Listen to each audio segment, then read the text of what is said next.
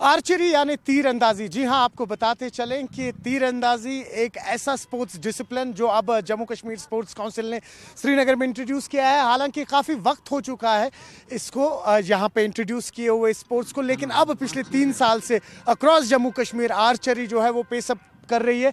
साथ ही साथ जिम्निज्म और भी कई सारे स्पोर्ट्स है, लेकिन आज का फोकस हमारा आर्चरी यानी तीरंदाजी पे है। और आप देख सकते हैं इस वक्त किस तरीके से टारगेट्स लगे हुए हैं और देखिए कितने सारे बच्चे मुख्तलिफ जगहों से आए हुए हैं, मुख्तलिफ स्कूल से आए हुए हैं आज। और इस आर्चरी कंपटीशन जो यहाँ पर है आज डिस्ट्रिक्ट लेवल का, इसमें हिस्सा ले रहे हैं, अपना हुनर दिखा रहे हैं। कुछ बच्चों से भी बात करेंगे और साथ ही साथ जो इनके कोच हैं उनसे भी बात करेंगे। कई सारी लड़कियां भी आई हुई हैं यहाँ पर जो इस तीरंदाजी में हिस्सा ले रहे हैं आज, ये आप देख सकते हैं।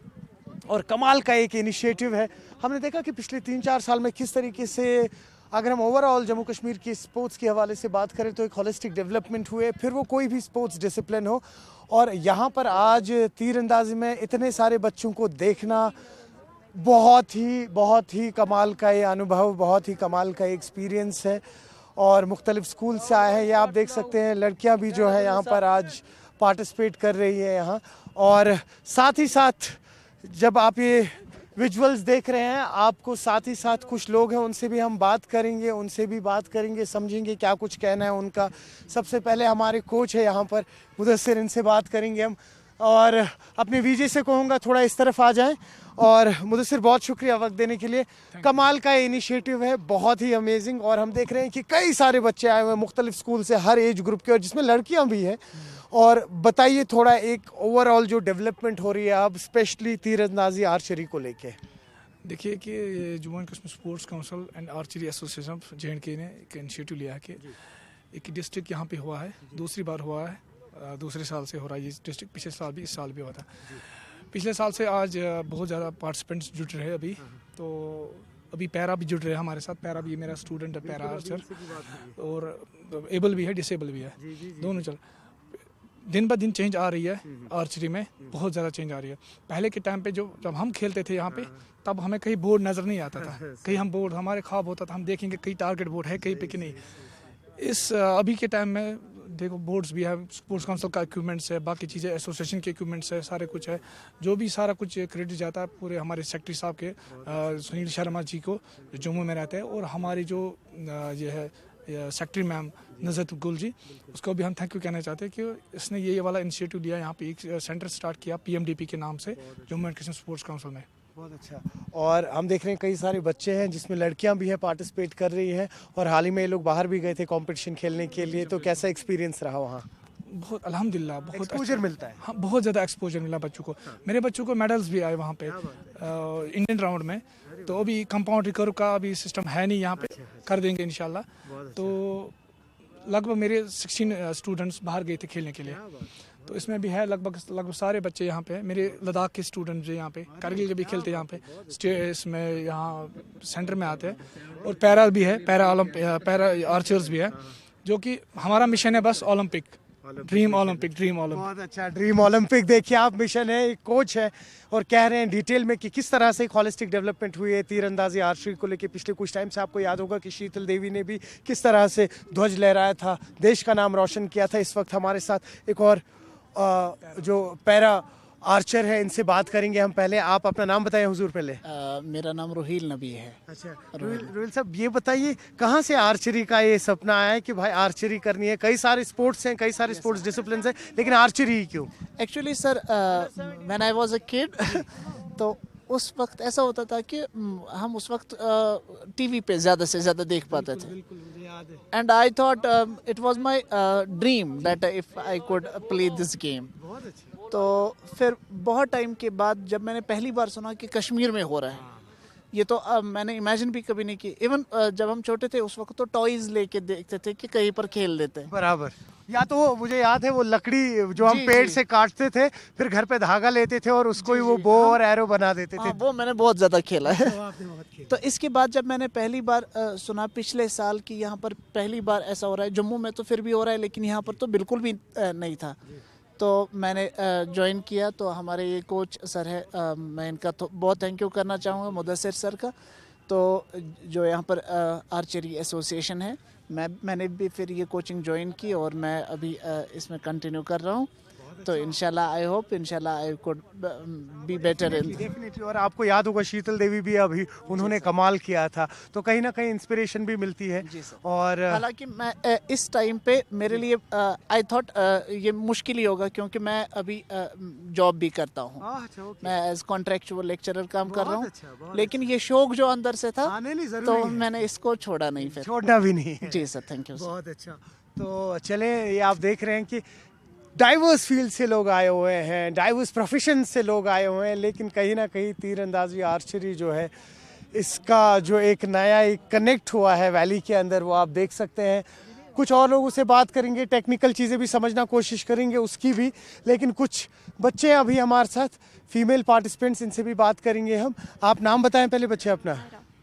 अच्छा, ये बताएं कि आर्चरी में कितना टाइम हुआ आपको? आर्चरी में 2 साल हो गए 2 साल हो ऑलमोस्ट। गए। आप भी आ जाएं बच्चे एटलीस्ट यहाँ पे सपोर्ट के लिए। अच्छा, 2 साल। ये बताइए कि कई सारी फीमेल हमने देखी है आजकल, वो डिफरेंट स्पोर्ट्स डिसिप्लिन्स में जाती हैं। हमने जिम्नाज़ियम देखा, हमने ताइक्वांडो देखा, हमने पिंचक सलाद देखा है, जिसमें आज बच्चे न सिर्फ नेशनली बल्कि इंटरनेशनली भी अब देश का नाम रोशन कर रहे हैं।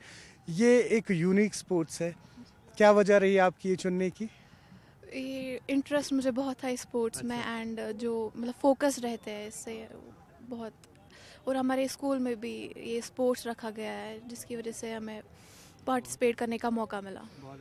कहते हैं कि ये जो स्पोर्ट्स है आर्चरी का, it's all about patience and focus, ऐसा है क्या? बिल्कुल, इससे फोकस भी बढ़ गया हमारा एंड पूरा मेन गोल हो गया हमारा कि क्या करना है क्या नहीं। बहुत अच्छा। और आने वाले टाइम में एक्सपेक्ट किया जाए कि आप लोग जम्मू कश्मीर को नेशनली इंटरनेशनली भी रिप्रेजेंट करेंगे? जी, मैं रिसेंटली कटरा से खेल के आई हूँ एंड मेरा ये मकसद है कि इंशाल्लाह मैं ओलंपिक्स के लिए भी खेलने जाऊँ। जी, बहुत बढ़िया and I wish you all the best. और किस तरह के चैलेंजेस हैं अभी बीइंग अ गर्ल? कुछ चैलेंजेस आते हैं, फैमिली का सपोर्ट है?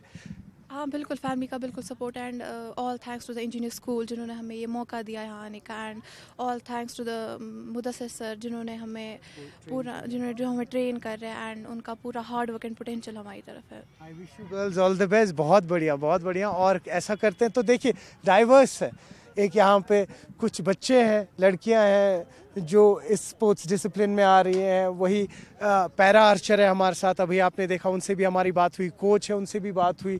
तो ये देखिए, आप छोटे बच्चे हैं, हालांकि बहुत देखिए आप इसका साइज़ इनसे बड़ा है, लेकिन शौक़ देखिए, शौक़ जो है वो कहीं ना कहीं फुलफ़िल करने के लिए, एक पैशन है उसको सीखने के लिए यहाँ पर आए हैं।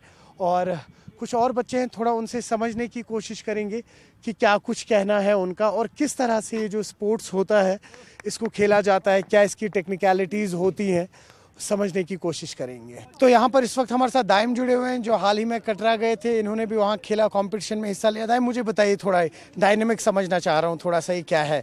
सबसे पहले तो ये आप देखें, अपने वीजे से कहूँगा आपको क्लोजली दिखाते रहें सब कुछ। इंडियन वुडन बो है, इसमें एक बो स्ट्रिंग होती है जो मैक्सिममली पेड़ों से बना कर होती है। और ये होते हैं 2 होते हैं limbs, upper limb and lower limbs. ये यही दोनों से हम रखते हैं बॉडी के साथ चिपका के अपना स्ट्रिंग। ये है स्टेबलाइजर, इसी की वजह से हम हेल्प कर पाते हैं अपने एरो को कहाँ से डायरेक्ट होगा। ये है स्टेबलाइजर, ये पूरा स्टेबलाइजर है। इसको स्टेबलाइज करता ये है, शॉर्ट बार्स है, आपके एरो को स्टेबलाइज करता है। जी। जब हवा होती है तो हम इसको उसी हिसाब से ऑल्टर करते हैं जिस हिसाब से ये सीधे आ जाए। ये यहाँ से है ये बॉडी, इसमें एरो रेस्टर, इस पे हम एरो रखते हैं। ये इधर दिखाएंगे अपने वीजी से कहूँगा आपको एरो रेस्टर दिखाई। ये होता है वो जगह जहाँ पर एरो रखा जाता है। जी। और ये क्लिकर एक्चुअली यूज़ होता है 30 to 40 मीटर्स में। इसमें किया जाता है कि क्लिकर बाहर निकाला जाता है, एरो अंदर डाला जाता है। जैसे ही एरो पूरा खींचा जाए और क्लिकर इसके साथ फिर से अचानक से जुड़ जाए, टच हो जाए, तो फिर हमें उसी वक्त एरो छोड़ना होता है। तो बड़ा प्रिसिशन का काम रहता है। और ये जो आपने हाथ में लगाया हुआ ये क्या है? ये दिखाइए जरा कैमरा की तरफ।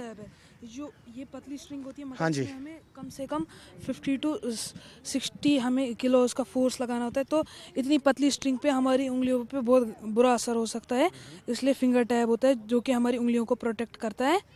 यह नॉकिंग पॉइंट, इसी में एरो फंसाया जाता है और सारा काम इसका है। यह साइट साइटर से ही हम एरो कहाँ जाएगा वो डिपिक्ट कर सकते हैं, कहाँ से जाएगा, किधर जाना है एरो को, ये साइटर ही डिपिक्ट करता है सिर्फ। और बो की हैंडलिंग भी बहुत मुश्किल है क्योंकि इसमें 18 स्टेप्स है, 18 स्टेप्स होते हैं बो की हैंडलिंग में।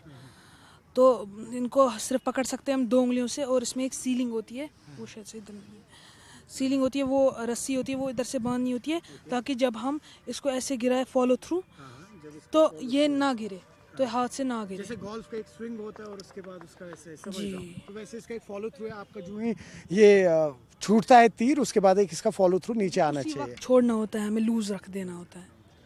बहुत अच्छा, तो चलिए थैंक यू सो मच दाइम। तो आपने देखा किस तरीके से हमने इस वक्त देखा, प्रॉपरली हमें इंस्ट्रक्ट किया गया, प्रॉपरली दिखाया गया कि किस तरह से तीरंदाजी में अगर आप पार्टिसिपेट करना चाहते हैं तो किस तरीके से इस्तेमाल किया जाता है इन इक्विपमेंट्स को। तो कुल मिला के अगर बात करें, देखें कई सारे बच्चे, कई सारी लड़कियां जो अब आर्चरी में पार्टिसिपेट कर रही हैं, वही कई सारे हमने देखा मेल पार्टिसिपेंट्स भी जो है डिफरेंट एज ग्रुप के हैं वो भी पार्टिसिपेट कर रहे हैं। कुल मिला के अगर बात की जाए तो सबका कहना यही है कि इवेंचुअली जम्मू कश्मीर की तरफ से हम लोग अपनी यूटी को न सिर्फ नेशनली बल्कि इंटरनेशनली भी रिप्रेजेंट करना चाहते हैं। और हर एक एथलीट का एक ही एम और ऑब्जेक्टिव होता है, वो होता है कि ओलंपिक्स में अपने स्टेट को, अपनी यूटी को रिप्रेजेंट करें। और इन सब एथलीट्स का भी यही कहना है कि इवेंचुअली एम यही है कि हम लोग जम्मू कश्मीर यूटी से जितने भी यहाँ पर लोग हैं, भले लड़कियाँ हैं लड़के हैं, इवेंचुअली ओलंपिक्स में रिप्रेजेंट करें।